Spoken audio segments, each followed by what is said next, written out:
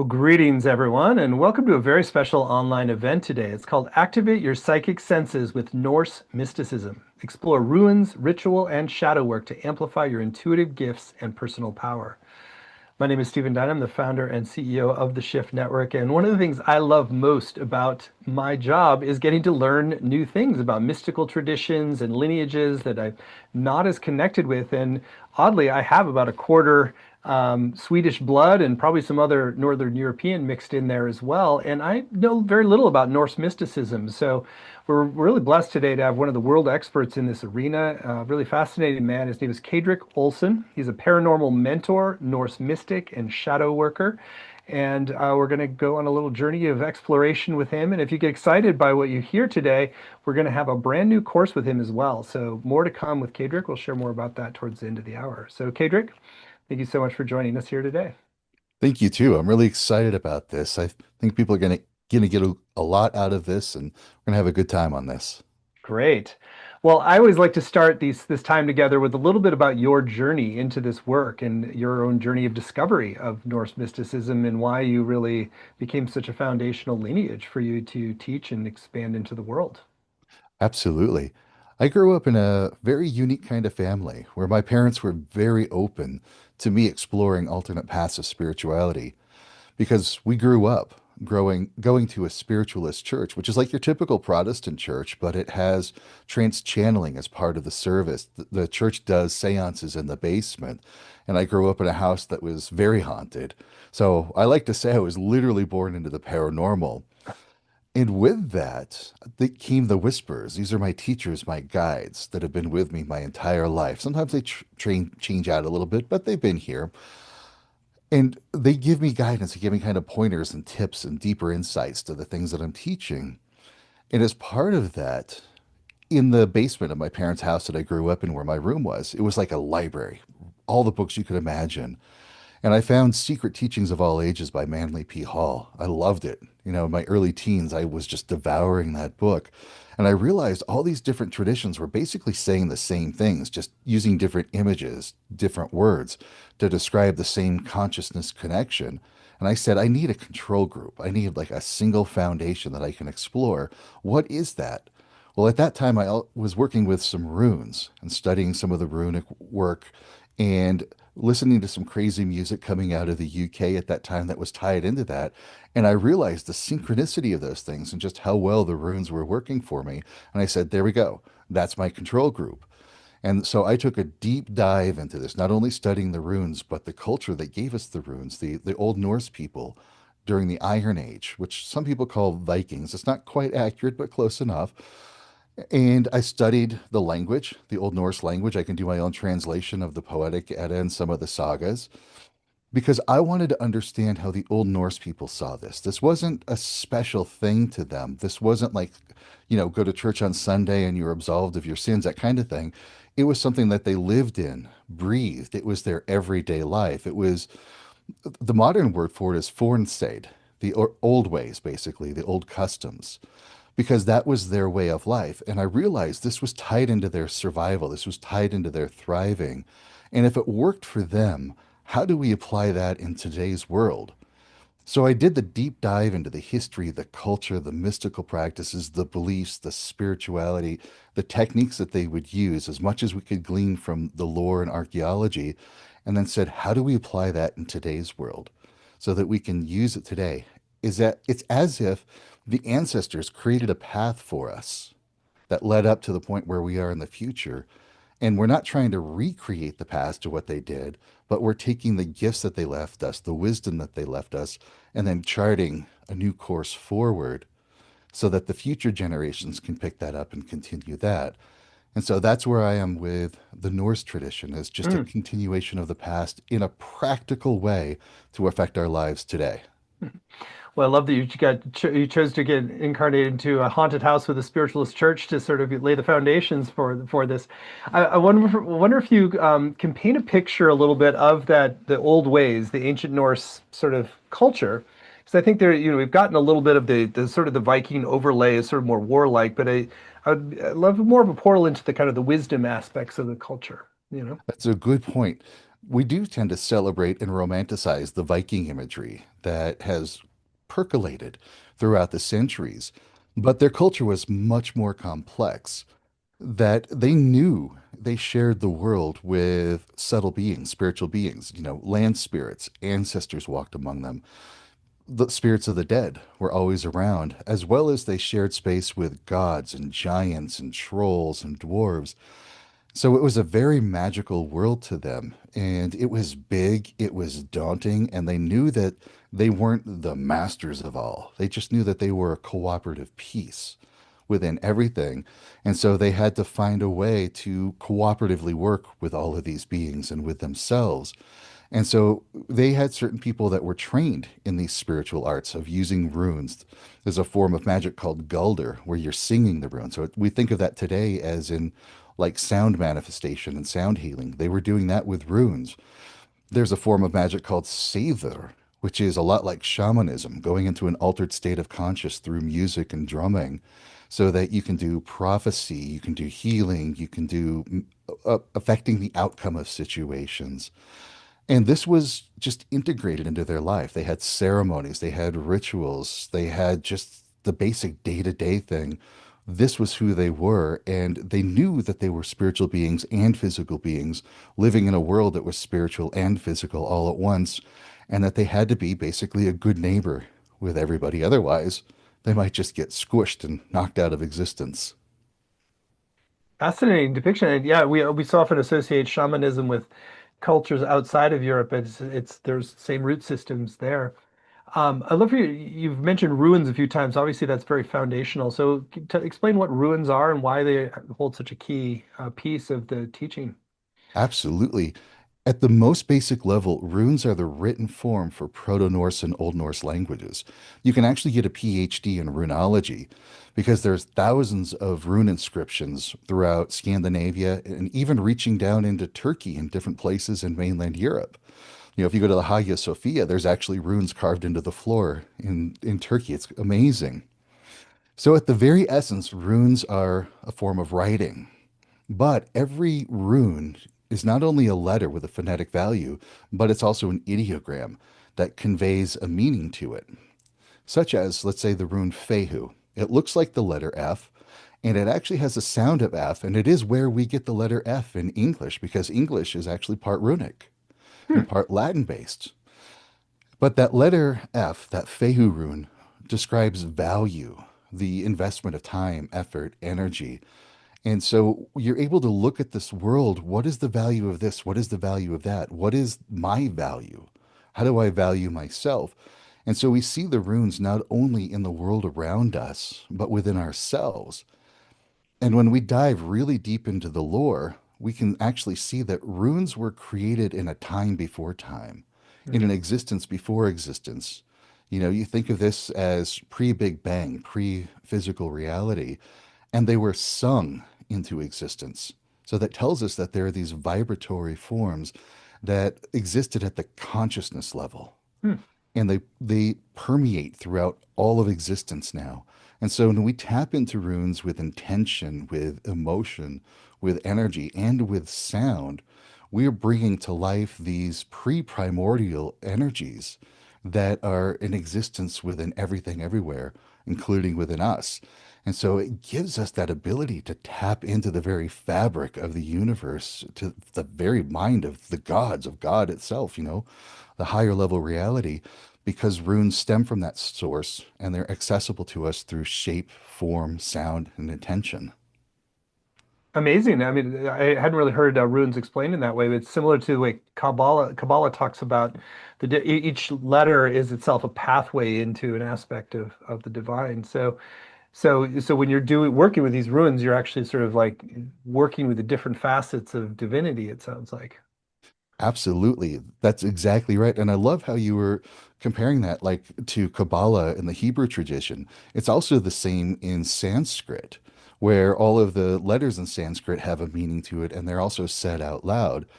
And what I find very interesting in the Norse tradition, we have a word, alu, which is a manifestation word that follows at the end of rune scripts, things that are people are trying to manifest abundance, health, prosperity, all that kind of thing.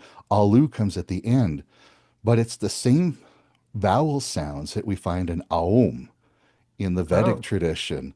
And it's also the same vowel sounds we find in Hallelujah. So we're finding that there's this nice deep sound connection between all of those traditions that really tells us that there's something to this thing with sound and consciousness. So when you say Alu, you're not just speaking a word, you're actually connecting with almost like a vibrational stream of manifestation, it sounds like. Exactly. It raises your consciousness up into that divine place, into that divine level, Hmm. so that you start to bring about that intended existence that you want to experience. Hmm. So it sounds like, I mean, can you get like little, just different little phrases that start to open these portals, or do you need to do a pretty comprehensive study before some of these deeper layers unveil themselves? Oh, it's available to anybody right now. For example, Laoco's Alu is an inscription that's found on many things from different pieces of jewelry to stone, bits of metal. And Laoco's Alu is basically healing magic. Hmm. And so when you think about what it feels like to be in a healthy, vigorous state, what it feels like to be alive and vibrant, and you sing Laoco's Alu, you're starting to manifest that healing energy within you and all around you, or you can project it onto someone who needs that. Hmm. It sounds a bit like loka as well in Sanskrit. I wonder if there's a kinship there. There is actually, there's an author who, for his PhD dissertation, compared Sanskrit words and old Vedic stories to Old Norse and Proto-Norse terms and found that there's a common Indo-European, Proto-Indo-European connection between Sanskrit and Old Norse. Hmm. Fascinating. Let's circle around. I know that there's also a lot of work with deities, different aspects of divinity as well. And we talked a little before we started about how Kaedrich is sort of in aligning you with the lineage of Odin, and maybe share just a little bit about how these sacred sounds and syllables and connect us with deities and different aspects of the divine, and through that as well. Absolutely. Odin is considered to be the high god of the Norse tradition. He's the chieftain of all the gods, the king of kings in a sort of sense, but he's also the wisest god of all. He's the one that works directly with runes. He works with Sather. He's the one that can bring that magic into the world. So you can think of him a lot like the archetype of the magician and the archetype of the king. And there is a specific rune that is associated with Odin, and that's Anzus, because that's all about wisdom, communication, awareness, understanding at that divine level. Another deity that people are very familiar with is Thor. He's a very protective deity. He's not a war god, he's a protector. He gives his blessings for protecting home, birth, weddings, deaths, all of that sort of thing. He is a protector of the gods. There's not necessarily directly a rune that associates with him, but we can go into a deeper discussion another time about how to break down his name with runes to get a better understanding of that. And then there's Freya and Freya. Freyr is the masculine fertile aspect. His sister Freya is the feminine fertile aspect. So they're great to call on for anything to do with love, romance, abundance, wealth, sexuality, any of that sort of thing. And there's that Fehu rune kind of applies to them, but Freyr has a specific rune of Ingus. It looks like a diamond that represents a seed that can grow and bloom. So it's that masculine fertility. And then there is Berkana, which looks like the letter B, and it's where we get the letter B from. And it represents the birch tree about fertility and growth and that growth potential. So there are many different deities in this tradition, and sometimes there are runes that directly correlate to them, for sure. Hmm. So it sounds like each deity is like a stream of deeper intelligence, and so then the ruin is sort of like how we're kind of frequency matching with them a little bit.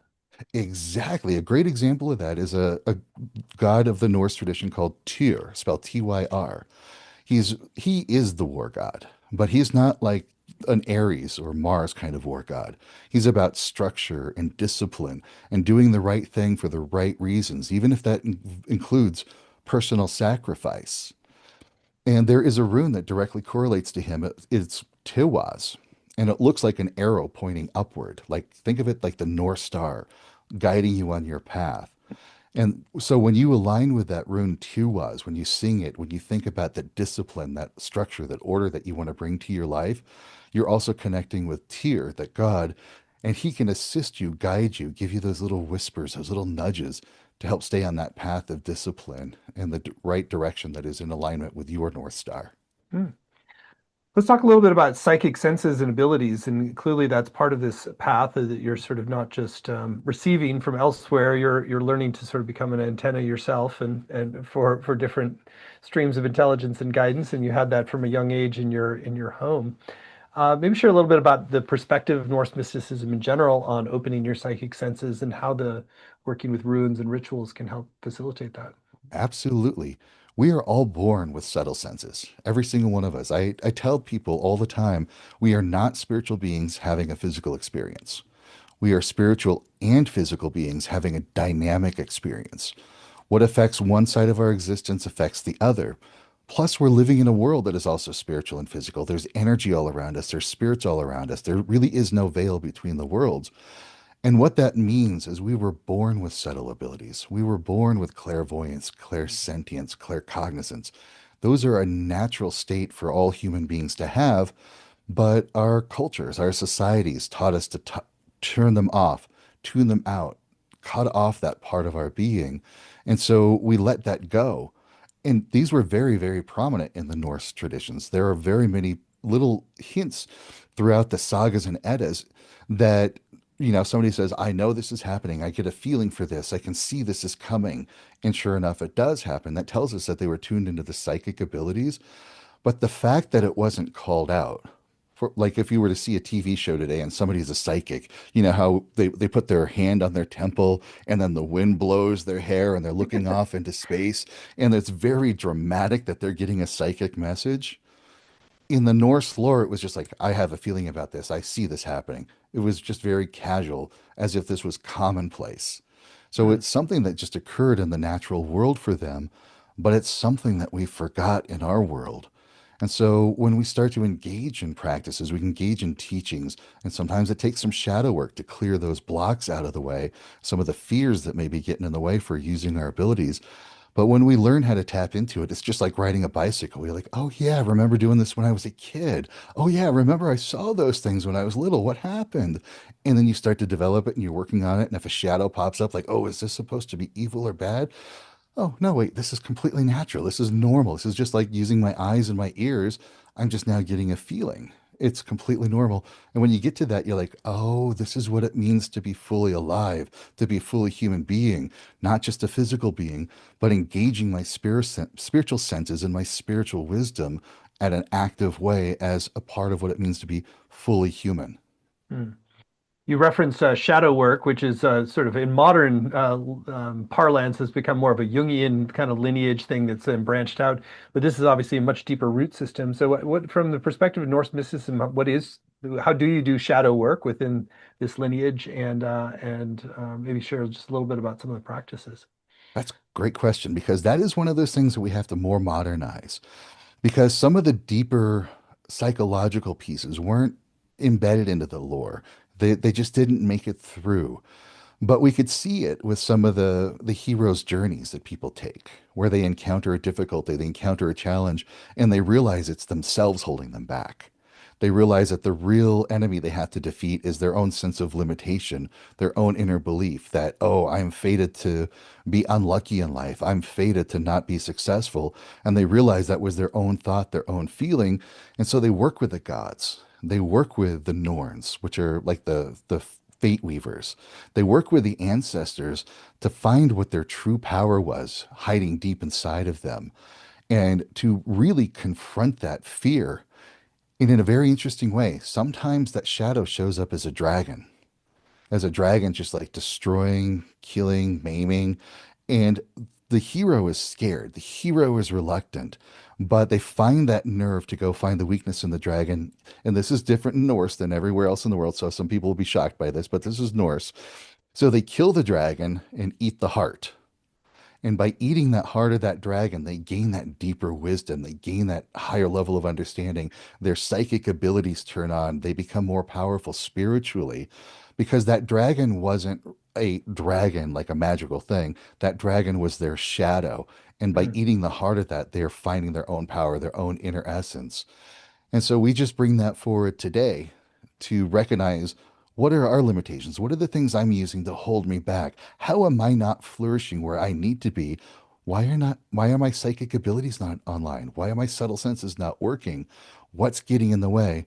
And we face the darkness, just like the heroes in the Norse time. We face that darkness. Instead of running away from it, we stand up and we're like, who are you? Where do you come from? What are you doing? What can I learn about you?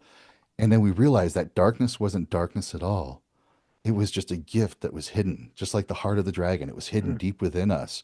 And when we face that darkness and we look into there, we go, oh, yeah, this is who I am. And we become alive and bright and radiant. Even though it's a little intense, like the eating the heart of the dragon is a great metaphor because it really takes you to that next level instead of just, oh, I'll tolerate the dragon, I'll accept the dragon. You're like getting in there and eating the heart of the dragon. That's It goes a whole deeper level of shadow integration than most of the time we talk about. Absolutely. It goes along with that Buddhist saying that if you ever see a Buddha on the road, kill him because it's not a real Buddha. It's only an illusion. And you want to kill those illusions because the only real Buddha is inside you. So let's talk. I want to circle back a little bit with one thing we said we would talk about, I'm intrigued about, is about unveiling hidden forces through the black mirror. So the black mirror, let's learn about the black mirror. Absolutely. Here's a black mirror right here on my altar space next to me. And in truth, it's nothing more than paint and glass, just a frame on the table. That's all it is. But when we engage it with our psychic abilities, when we get into that altered state of consciousness, we can peer into it and it becomes a portal to another realm. It becomes a tool that we can use to connect with ancestors, with the gods, with higher level beings. And it's also a very powerful shadow tool. So, like, if you're facing some of these dark shadows that are just so hard to clear out that you just can't get clear of, you can project them into the mirror like an energy, see them for what they really are, as if it's like a movie playing in your mind. By the way, it's not in the mirror that's playing, it's in your mind. It's Hmm. all claircognizance and clairvoyant work that you're doing with the mirror. And then it starts to unfold for what it really is. And then you receive it back as like the golden gift that it was. And the mirror is also a great tool for clearing out entities and spirit attachments that don't belong. And it's a tool that has been used since ancient Greece. It's been used in the Norse. They call it the Skuggsjá, the shadow shower. Hmm. And even Dr. Raymond Moody, of all people, uses a black mirror as part of his work as grief therapy with some of his patients and clients. A really practical. Can you actually see your reflection in the black mirror, or is it like it's glass over a black? You can't see anything in the background, or just maybe paint a little picture there. Oh, you can definitely see yourself. I usually position it so that I don't see anything but the darkness. So that way it becomes that portal that opens to Uh-huh. another realm.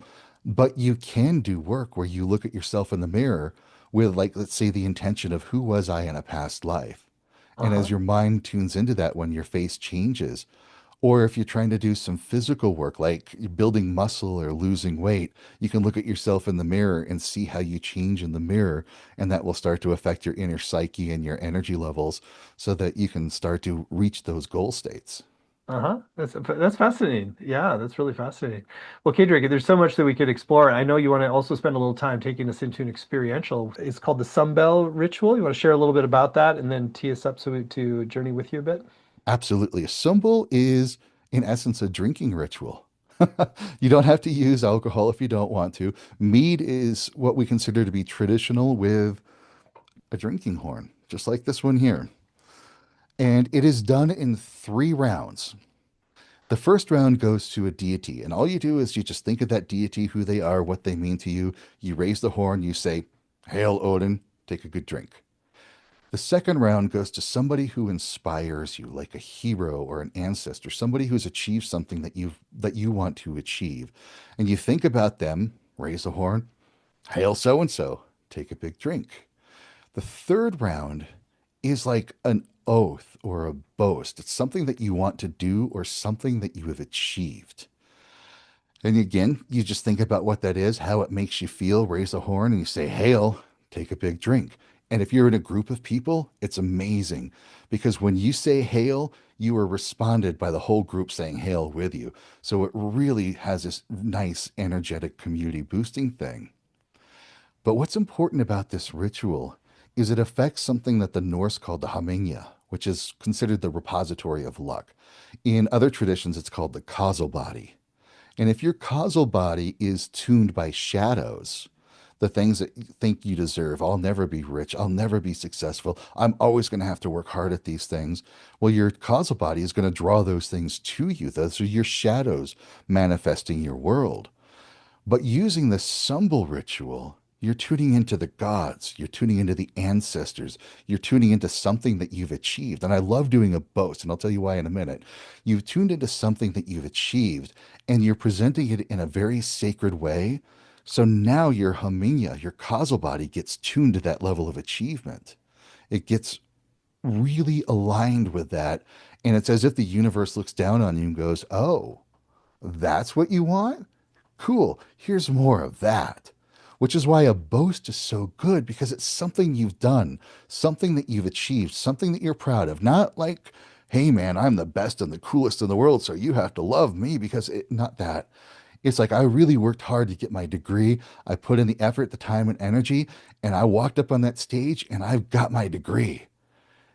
Hail, and you take a drink. So you're celebrating your achievement. Or if you're ready to take that next step, here's what's in my mind. Here's where I want to go with it. Here's what I want to do. And you think about that and you say, here's what I'm going to do. Hail, you take a drink. So, right now, with everybody here, I want you to reverse engineer this. Think about something that you want to achieve, a high goal state, that impossible dream that is way out there. I want you to think of what that is. Now think of somebody who's already done that, somebody who's achieved that. And then who's a god associated with that? And then we're going to do these 3 rounds together. So I'm going to grab my horn. I'm going to grab some mead here. And we're going to think about that. Something that you have achieved or want to achieve. Who do you know was successful in that field to achieve that? And what's a deity related to that field? So I'm going to use like an interesting example to this. For me, I'm going to raise this to Odin, the high god, for his teachings, for the wisdom that he brings to the world, to the deep mystical practices and the winning of the runes. And to you, All Father, hail Odin.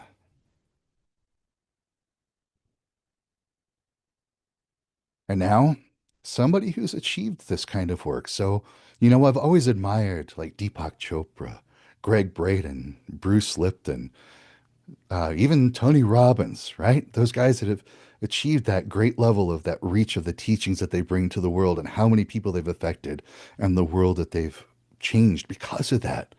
So, to these great luminary leaders, hail.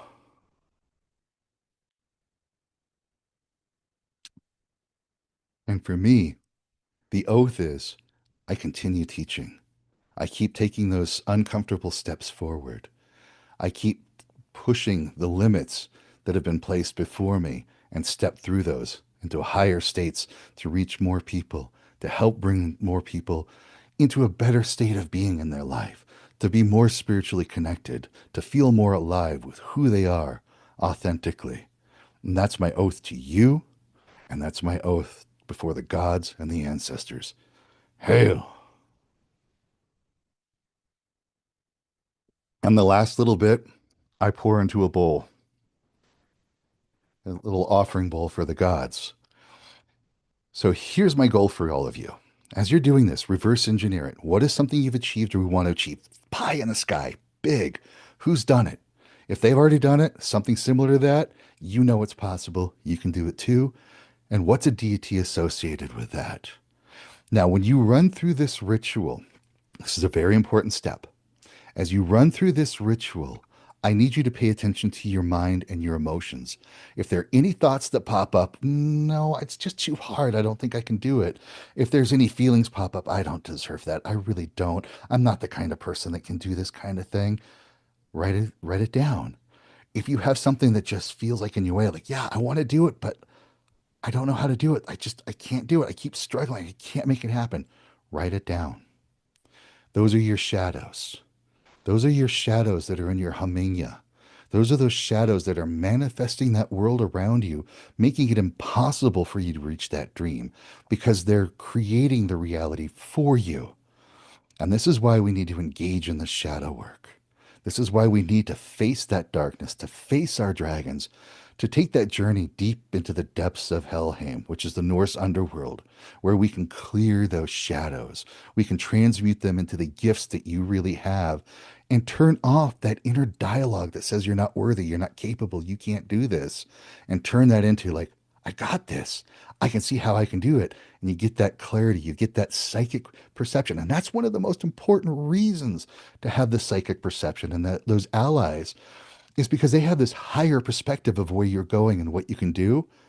And when they're on your side and you're tuned in, they'll be like, don't do that. That's not the right path. Oh, go do this, make that work and do that. And they will tune you into those things that you need to. But let's pay attention to those shadows so that we know the things that we need to address and to work on so that you get to that place of spiritual sovereignty that you deserve. Mm. I love that. I do want to ask a little bit. So when you in the setting that up, you were talking a little bit more about the boasting, but when you did it, I didn't hear as much boast. It was a little more indication of what you but I'm curious about that, like the nature of the boasting, since that's a little bit the antithesis of what a lot of traditions really emphasizing humility. And so I want to ask more about like the sort of like the claiming of that something like why is that so spiritually important in order to then open up to the still more or still higher octave. Absolutely. Remember, there's always a huge birth between humility and hubris. Hmm. So find a comfortable place in there. And the reason why it's important to look at the things that you've achieved and the things that you've done is a lot of times we're told to downplay that. You know, the whole crab bucket effect. Oh, you did this. You can't do that. Come back down here to my level. So we get Uh-huh. pulled down by the people around us and we tend to feel bad about some of the things. You know, I've seen this with so many people over the years.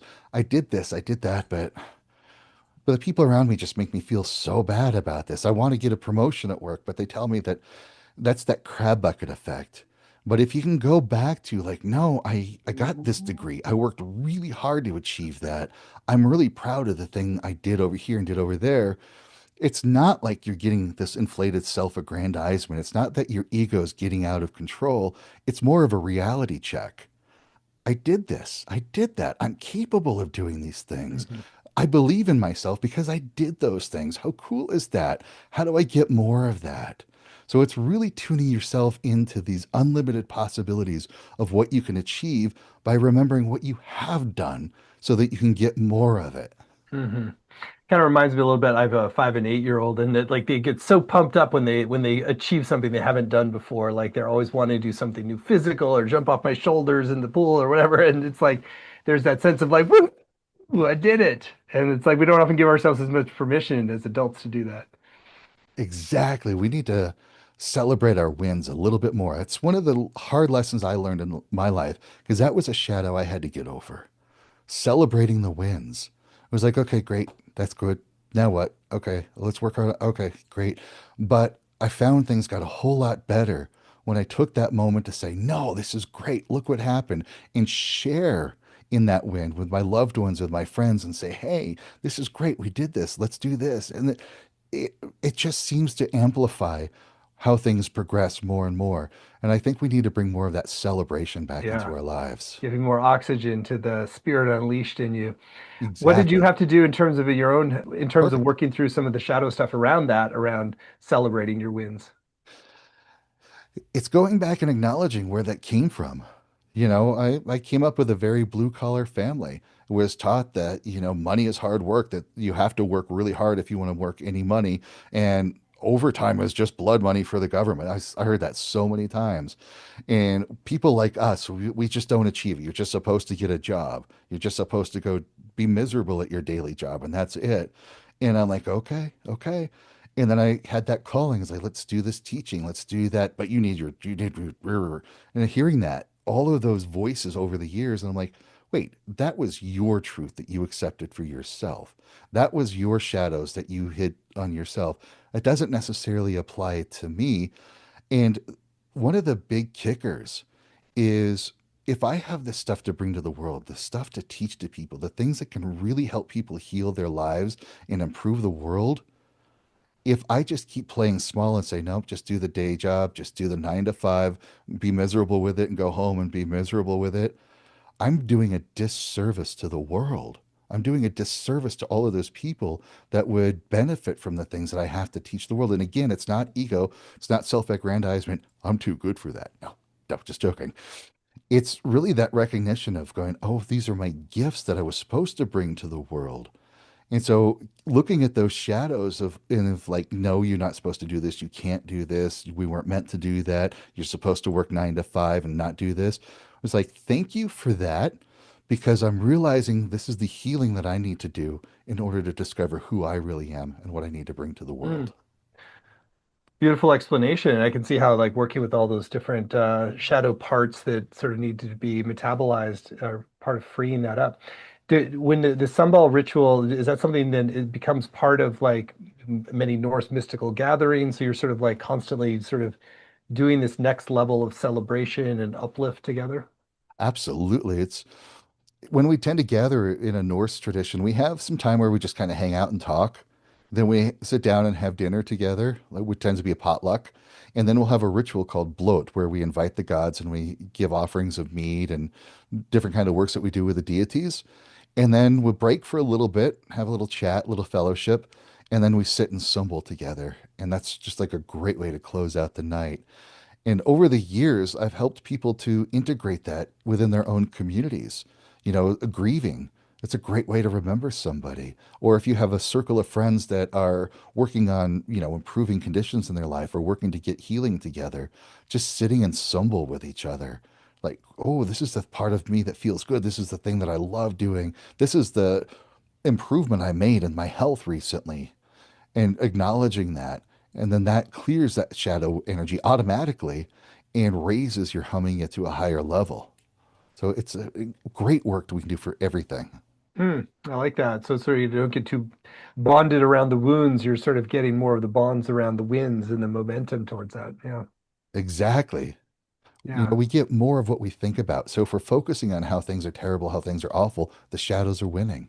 Hmm. But if we can start doing the things that tune our mind into, like, oh, this was a win, that was a win, this is great, this is working out, then the shadows start to fade away and you start manifesting from your authenticity rather from your shadow self.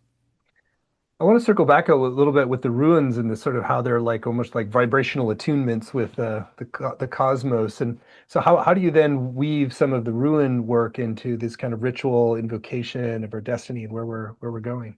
Exactly. You can think of runes as archetypes of consciousness, various states of consciousness. So we'll go back to our Fehu rune.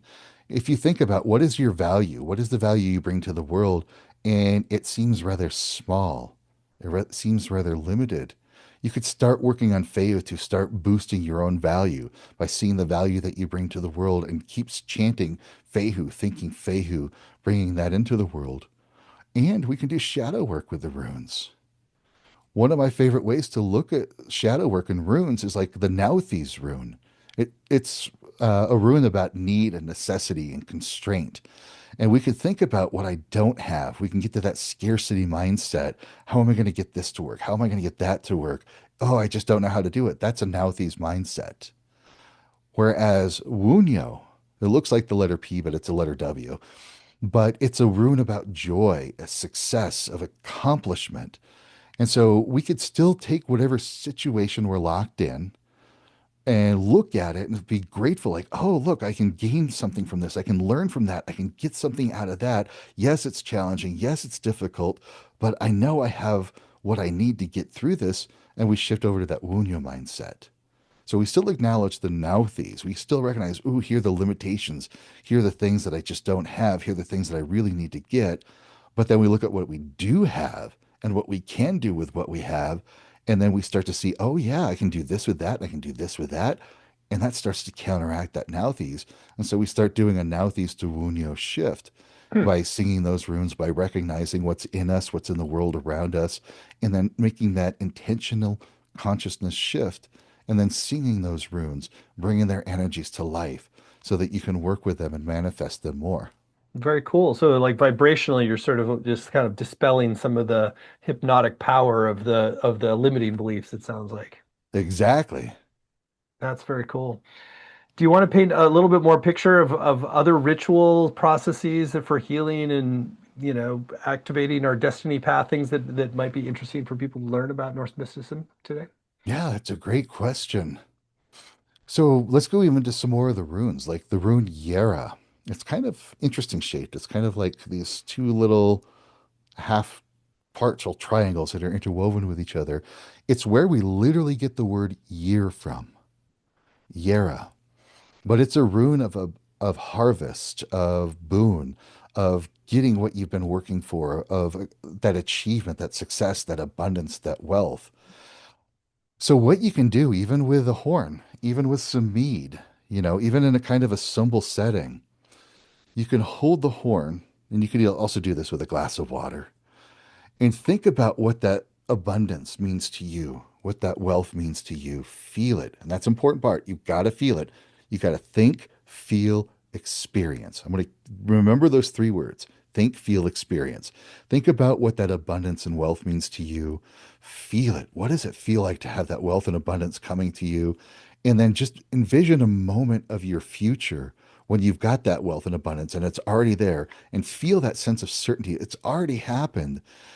And as you sing Yara with that, imagine that energy going right into that mead, right into that water, right into whatever it is you've got there, and just feel it, infuse that, bring that into that. And if you want to, using food safe products, this is a very traditional way of working with runes, is to carve it, that rune into like a piece of wood and then scrape the sawdust of that rune into the drink. Of course, only use food safe materials, right? No using yew wood or something poisonous for this. But then know that it's in that. And then when you drink it, when you drink all of that, don't just take a sip of it, drink it. Feel yourself being infused with that feeling of wealth, abundance, growth, expansion, and continue singing Yara as if you're bringing that Yara rune into you. Visualize that rune shape coming into you. And you could do that with all sorts of things. You can use the rune Uruz for strength and vitality, Tuas, as we talked about, for discipline, that focus that you need on things. Ingus for virility, for that inner strength. Berkana for that fertility, for those resources that you want to access. So you can use that interesting little drinking method of working with the runes and infusing your drink with that to infuse your own spiritual energy. Well, it's so cool to talk to you, and I wonder if you would just want to reflect it all around why part of the bigger why for people to connect with Norse mysticism. And one of the things I've noticed at the Shift Network is the last few years there's been this huge surge in interest in ancestral work and working with our lineages. And have you seen that a lot with people who are connecting with this? Like, it opens a whole different connection to their whole Scandinavian roots and Northern European roots. Absolutely. People are coming to this because they're discovering, that they've got these ancestral roots, or they lived in places where the Norse were, Ukraine, Belarus, Russia. Those were all places where the Old Norse people lived. If you go to Turkey, Istanbul, and go to the Hagia Sophia, you'll find runes carved into the floor. So runes in the Norse culture actually permeated throughout all of Europe. They were everywhere. And so if you're feeling that call, if you're feeling that curiosity, you're feeling that pull, that's definitely something. It could be ancestral. It could be something saying this is the right path for you. And more people are discovering it because it is a different take on things. I will be upfront and honest with you. It is a bit of a different take. It isn't so light and easy. It isn't so easygoing. It tends to be a little bit more bolder.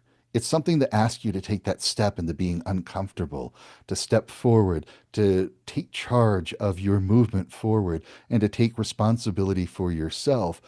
So that comes with that sense of responsibility of yourself, that sense of power. I can do this. I can achieve that. I can be more. But again, it's not self-aggrandizement. It's not overinflated ego. It's really recognizing, oh, I have these capabilities. I have that power to do these things. And here are the things that have been stopping me. Let's step forward and do that. So the Norse tradition gives you a bit more of that strength and that impetus to take that next step, even though it's Hmm. challenging and uncomfortable. It gives you a bit of that boldness and fierceness when you need it. Because let's face it, there are conflicts and challenges that are going to face us all of our life, all the time. And we get the choice in what we do with that. And sometimes in this Norse tradition, it gives us that boldness to face those challenges, to make those conquests that we need in a positive way, not just for ourselves, but for everyone. But here's a little key takeaway from that. In all of the stories about Norse kings, all of them, the gods will test them. The gods will check them to see about their generosity, their giving level. What are they able to provide for people? And the best of the kings were always called ring breakers because a ring is like a silver ring that they would wear around their arm. And the way that they would pay people is take that ring off, break it, and give those little chunks of silver or gold to the people. Hmm. And the only way that they were able to do that is by doing the things necessary to increase the abundance of their community. And I don't mean raiding, I do mean trading. The raiding is a big part of the romanticization of the Viking period. It did happen, but that wasn't a huge part of it. They were mostly explorers. They were mostly into trading. They loved to bring in materials from foreign lands, from faraway places. So much so that cardamom and saffron are still prominent spices in Scandinavian pastries. Hmm. They love that. So they were very much into exploring different cultures and different people in a way that was amicable. And so when they boosted their prosperity and wealth, they were able to share it. So, what is Hmm. that prosperity and wealth for you? Is it literally prosperity and wealth? Is it that abundance of joy and love in your family? Is it abundance of health and healing that you bring to the world? What is it that you can bring and give out more? And this Norse tradition helps you tune into that power to give by being able to Wow. receive and continue that line of giving. Well, this hour has already been revelatory, and it gives me a whole different perspective on, there's the Leif Erikson Park in Duluth, Minnesota, where I grew up, which is like one of the very early Norse explorers to this to America, and just this whole deeper understanding of this as a wisdom tradition is really great to hear, and a lot of deep nuances. And so let's talk about your upcoming course because it's an amazing way to get this distillate of decades of scholarship and practice and really bring this tradition alive in a way that makes a difference in your life. So we're really blessed that Kaedrich has agreed to teach a brand new program for Shift. It's called Psychic Awakening with Norse Mysticism. Activate your intuitive powers using ancient ruins, the Black Mirror, and spirit allies. You can find it at the URL norsepsychicawakening.com, norsepsychicawakening.com. It's a 7-week program. There are no prerequisites. It's really just if you're intuitively drawn to explore. So, Kaedrich, I'd love for you to share about some of your intentions for what people will come away with from this program. Then we can go through and give a tour of the modules and what's coming.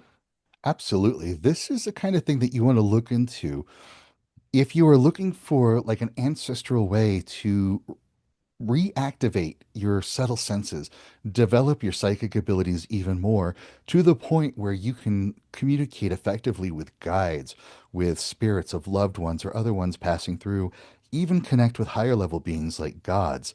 But you know, there's some things that are kind of getting in the way.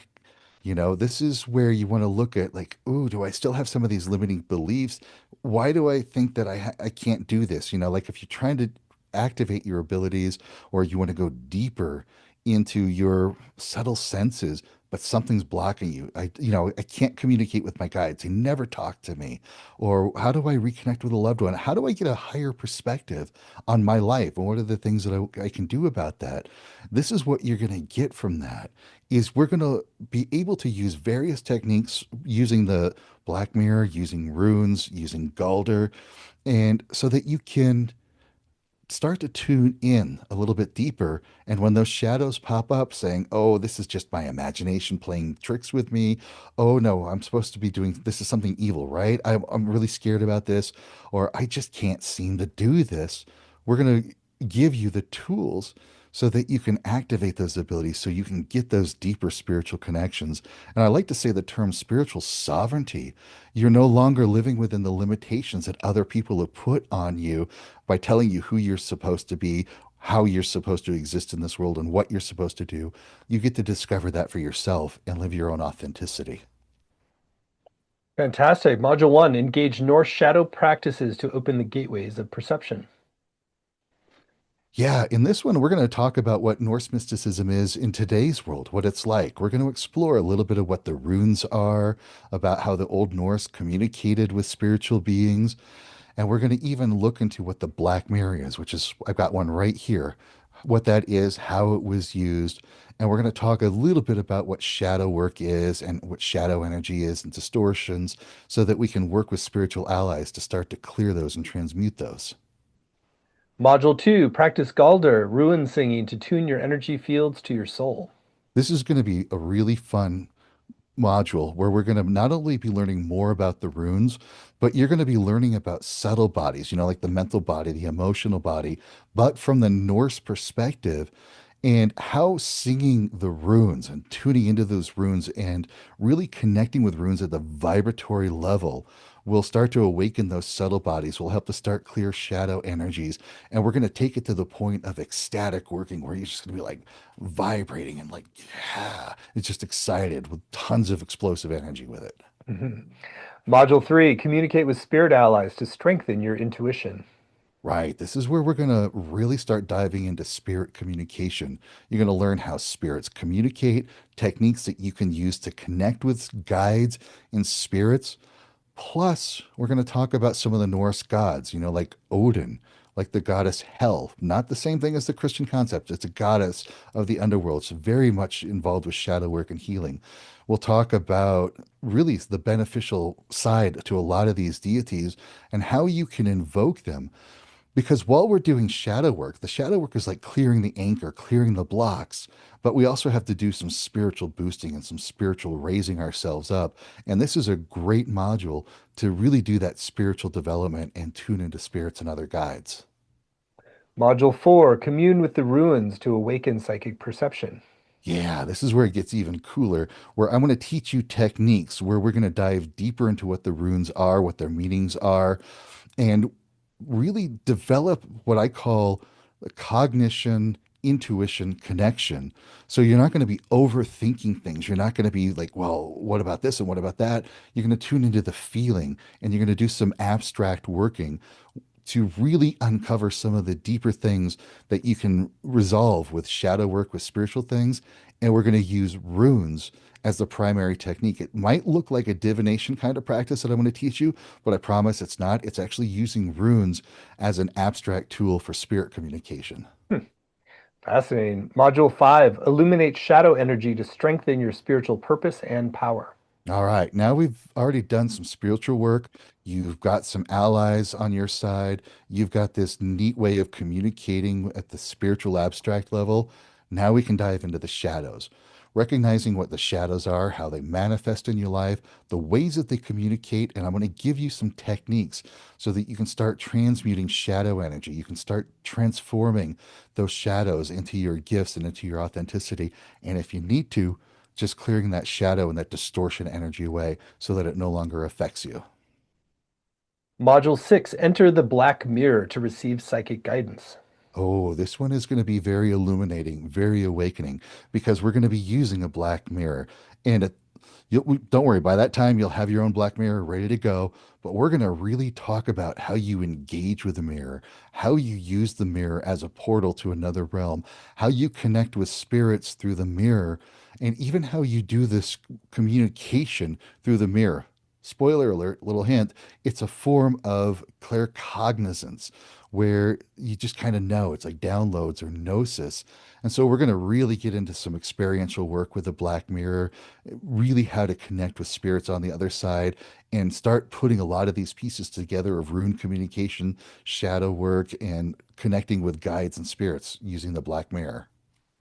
And finally, Module 7, integrate ruins and ritual to live from your sacred self in daily life. Absolutely. This is where it all comes together.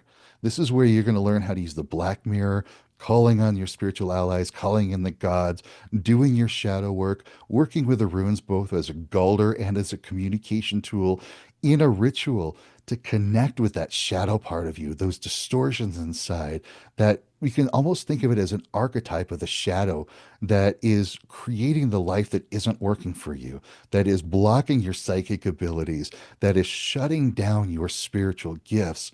And we're going to be able to communicate with that through the mirror using the runes, start to transmute those energies to resolve it for what it really is, and then a meditation so that you can actually bring your authentic self out into the world, living as your authentic self.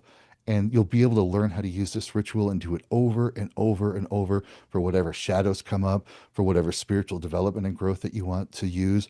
So by the end of this, you'll know how to use runes as communication and energy alignment tools, and you'll learn how to use that mirror as a way of awakening your psychic, your deeper spiritual connections, and you'll learn how to start transmuting energies like crazy. Well, what a fascinating program, and your passion is so contagious, Kaedrich. So again, the whole program is laid out in more detail at NorsePsychicAwakening.com. I'll share a little bit about the logistics. So there's 7 90-minute live sessions that you just described, and there's a lot more in each of those, which is also going to include your time to ask questions live of Kaedrich, which is really valuable. You'll get recordings of every session, both video and audio, as well as word-for-word transcripts. There's weekly practices for home. There's a community group to support you and deepen your experience. And Kaedrich has also added a very robust set of extra bonuses for this. There's a whole 6 video and 1 audio teaching called Beginning Shadow Work. You want to share about that bonus? Absolutely. Beginning shadow work will help you really deeply understand what the origin of the shadow is, the concept of the shadow is, where shadows come from, what they are, how they communicate, how they manifest in your world. And it's got a very, very powerful audio meditation that will take you back to the first time you learned about that shadow, when you first developed that shadow. So you have a deeper awareness that this shadow energy isn't you. It's something that you picked up. And when you understand what that origin is of the shadow and you understand what that shadow is, you're literally bringing light into that shadow so that it dispels. And so, this is a very powerful course to really get you as a deep dive into shadow work and how to start releasing that shadow energy. Well, that's a super valuable bonus just by itself. And then that's just one of, there's others on the page too. There's a whole 4 audio training called Before the Veil. You want to share more about that, Kaedrich? Yeah, this is a series of meditations that will help you set sacred space, will help you tune in, will help you reach what I call the zero mind or the dark mind, where you are between all of your thoughts, your emotions, your feelings, your body sensations. This is a great meditation for people who said, I can't meditate because my mind won't let me be quiet. I love it because you're going to be able to use that power of the mind not being quiet to find that quiet space within. And so these audio meditations are actually designed to help deepen your paranormal abilities, deepen your connection with the spirit world, so that as you're listening to these and you're practicing them, that connection with the spirit world, with the other side of life, just becomes just more prominent in your world. It's a great bonus as well. And then there's one final bonus, which is almost a whole course all in one. It's called Ruins for Shadow Work. This is our special bonus you get when you sign up by midnight tonight Pacific time. It's a whole 10 video teaching from Kaedrich. Kaedrich, you want to share more about Ruins for Shadow Work, the special bonus today? Absolutely. I love this work because it pairs that shadow work, that shadow transmutation with rune work. And it isn't just the shadows that are going, but you're learning how to use runes to reach that higher state of spiritual evolution, that higher state of consciousness, and exploring those things that are keeping you from reaching that higher state. So you're going to really dive deep into what the runes are, how to use the runes in these ways.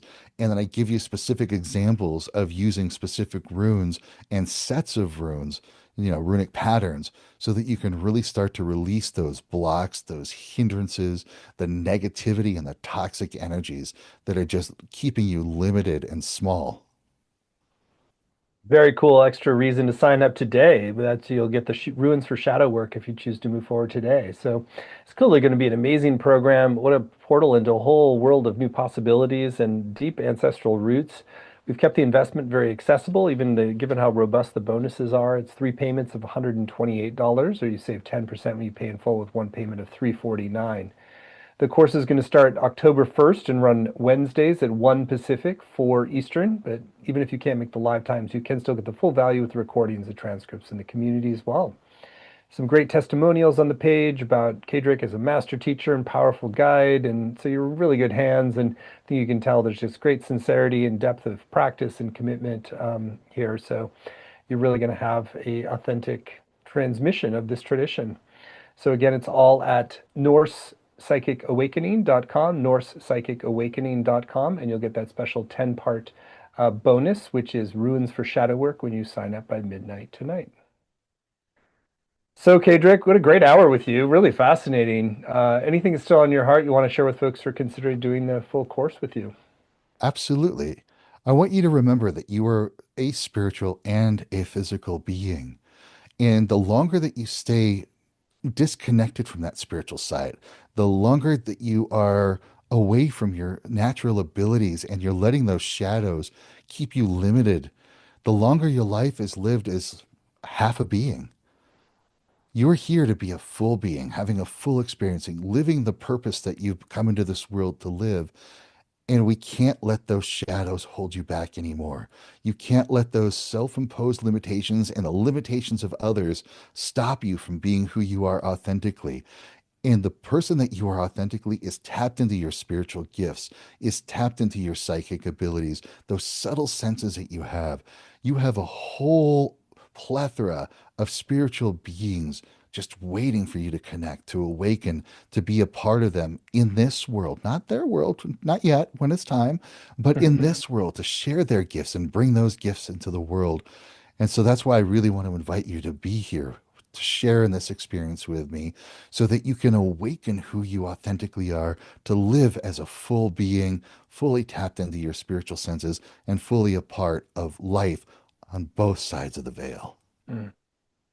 Well, very inspiring today, Kaedrich, and what a great offering, this whole course. So for all you who are out there, thank you for coming. You're warmly invited to join Kaedrich in the full course. And again, it's all at NorsePsychicAwakening.com, and you'll get the 10-part series when you sign up by midnight tonight, which is Ruins for Shadow Work.